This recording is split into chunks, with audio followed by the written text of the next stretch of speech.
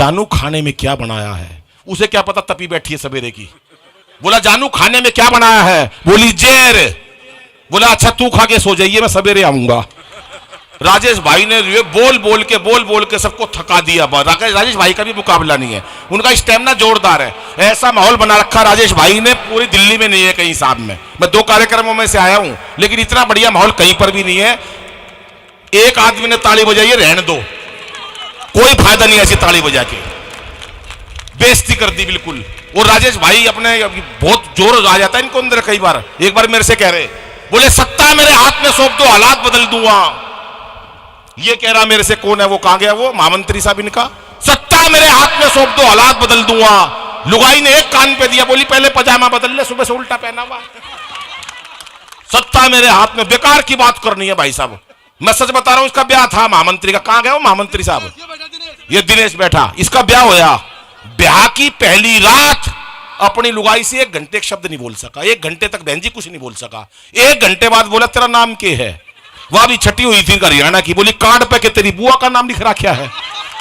मजा नहीं आ रहा तालियों में मेरे को साहब, एक बार जोरदार तालियां बजाएं, मस्ती वाली तालियां, ये वाली तालियां। हाँ साहब, धारा 370 हटी, अभी 370 हटी। मैंने 4 पंक्तियां लिखी। केजरीवाल साहब आपने देखा ही होगा, इसमें देश में बड़ा काम कर रहे हैं, हर कुछ फ्री में, ये भी फ्री में, वो भी फ्री में।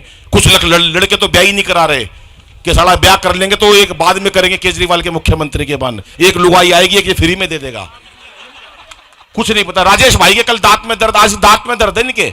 मैंने कहा भाई दांत में दर्द क्यों हो गया? बोला यार एक दांत निकलवाने गया था मोहल्ला के क्लिनिक में, एक तो वो निकलवाया जिसमें दर्द था, एक केजरीवाल की तरफ से था। मस्त है बिल्कुल, राजेश भाई का कोई मुकाबला नहीं है। पर झूठ पे झूठ इतना बोलते हैं। 20 साल पहले की बात बता रहा हूं। वो भाई साहब बैठे हैं, मैं उनकी बात, बड़े भाई बैठे हैं वो मनोज भाई, उनको भी नमन करता हूं। 20 साल बाद पहले मैंने इनसे कहा, मैंने कहा राजेश भाई कहां पर हो? बोले अमेरिका में। मैंने कहा यार झूठ बोल रहे हैं, कति मैं आज तक बाईपास तक नहीं गई हूं, अमेरिका पहुंच गया। मैंने फिर फोन करा, मैंने कहा राजेश भाई कहां? बोले स्विट्जरलैंड। मैंने कहा कभी अमेरिका कभी स्विट्जरलैंड, मेरे को शक हो गया। मैं घर गया, घंटी बजाई, इनका बेटा आया। मैं बोला पापा कहां है? बोला भीतर मम्मी के साथ बर्तन मांजे है। मैंने वहीं से टेलीफोन करा, मैंने कहा राजेश भाई कहां? बोले कनाडा। तू कहां? मैंने कहा दरवाजा खोल, कनाडा के बाहर खड़ा हूं। तालियां हाथ खड़े करके बजाओ एक बार जरा जोरदार।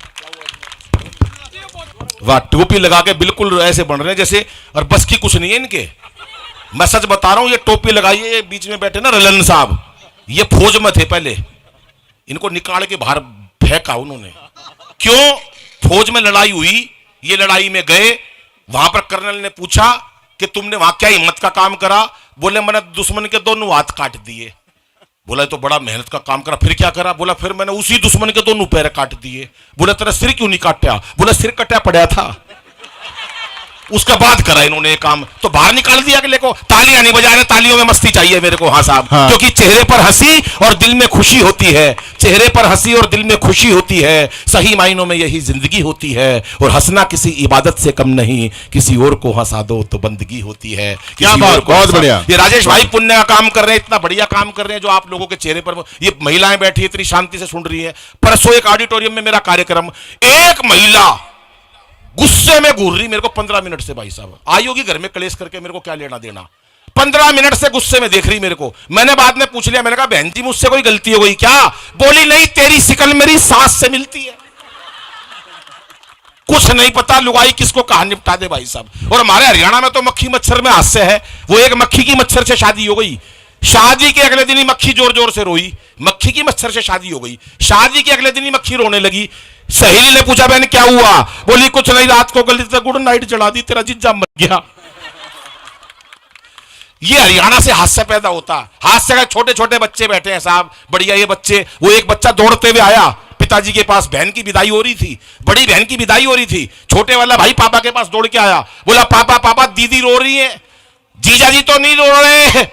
पिताजी बोले बेटा दीदी तो बस गेट तक रोएगी, उसके बाद तो सारी उम्र जीजा ही रोएगा। या कई जीजा बैठे मैं देख रहा हूं, बुरा हाल हो रहा उनका।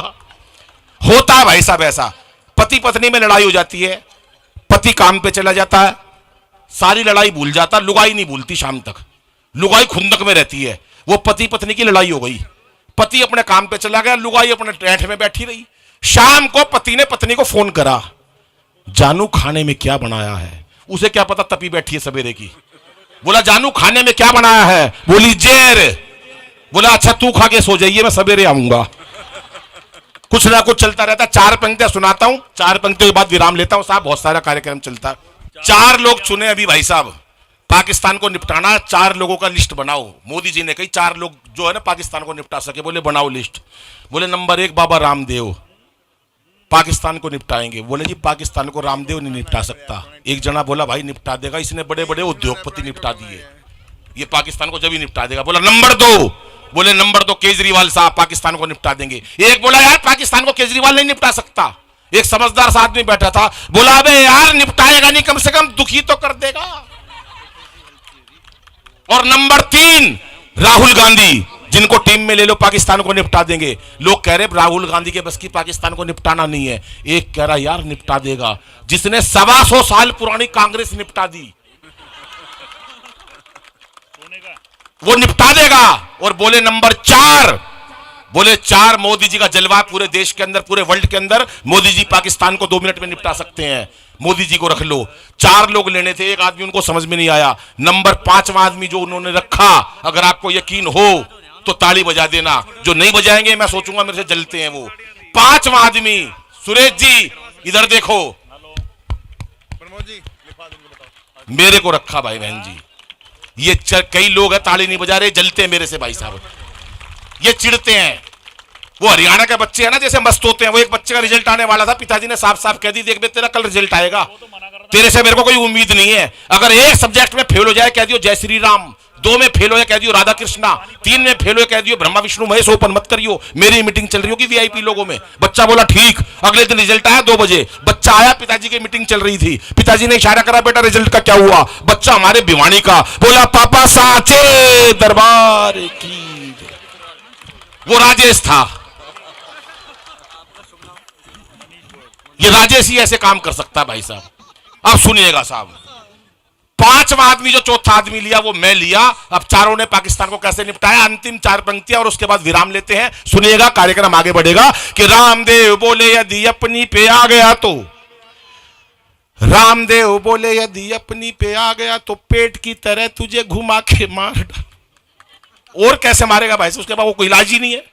अभी एक दोस्त आया मेरे पास रोते हुए, बोला यार दादाजी गुजर गए। मैंने कहा कैसे? बोला बाबा रामदेव ने मरवा दिया। ना मैंने कहा तेरा दादा रामदेव ने कैसे मरवा दिया? बोला यार टीवी के सामने योग सीख रहे थे सुबह 4 बजे, दादा मेरे भोले वाले। बाबा बोला जैसे जैसे कहूं वैसे वैसे करते जाना। बाबा बोला सांस खींचो, दादाजी ने खींच ली। बाबा बोला और खींचो, दादाजी ने सुंडी तक खींच ली। इतनी देर में बहन जी लाइट चली गई।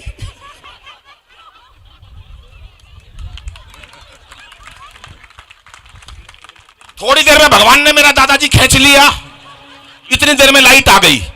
बाबा रामदेव टीवी में से बोल रहे थे कि इस प्रकार से तमाम रोगों का निवारण किया जाता है।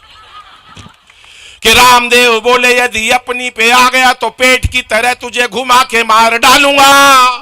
और केजरीवाल और केजू बोले अपने ही मफलर से तेरा मैं घोट दूंगा गला और दबा के मार डालूंगा। कि मैंने कहा भूल के भी मुझसे उलझियो ना, मैंने कहा भूल के भी मुझसे उलझियो ना, लंबी लंबी कविता सुना के। और अंतिम ताली आपकी चाहिए साहब। कि मैंने कहा भूल के भी मुझसे उलझियो ना, लंबी लंबी कविता सुना के मार डालूंगा। और मोदी बोले 56 इंची सीने की कसम मुझे 56 तेरे टुकड़े बना के मार डालूंगा। 56 तेरे। और अंतिम 4 पंक्तियां राजेश भाई इस शुभ कार्यक्रम के लिए मैं समर्पित करता हूं कि छोटी छोटी बच्चियों को हम गर्भ में मारने लगे हैं साहब। ये बड़ी कुरीति है कि हम बेटियों को गर्भ में मारने लगे हैं। ये नन्ही मुन्नी बच्चियों के लिए एक परिवार का कार्यक्रम है। ये भिवानी परिवार नाम ही परिवार है। तो परिवार में एक संदेश देके जाना चाहता हूं साहब कि इसे बेटा बना पालो तो इतिहास छू लेगी। छोटी बच्चियों को मार देते हम तब कहना चाहता हूं कि इसे बेटा बना पालो तो इतिहास छू लेगी। करो विश्वास बेटी पर तो यह विश्वास छू लेगी। कभी जीवन में बेटी को नजरअंदाज मत करना। जरा से पंख खोलोगे तो यह आकाश छू लेगी। जरा से पंख खोलोगे तो यह। धन्यवाद, नमस्कार, जय हिंद दोस्तों।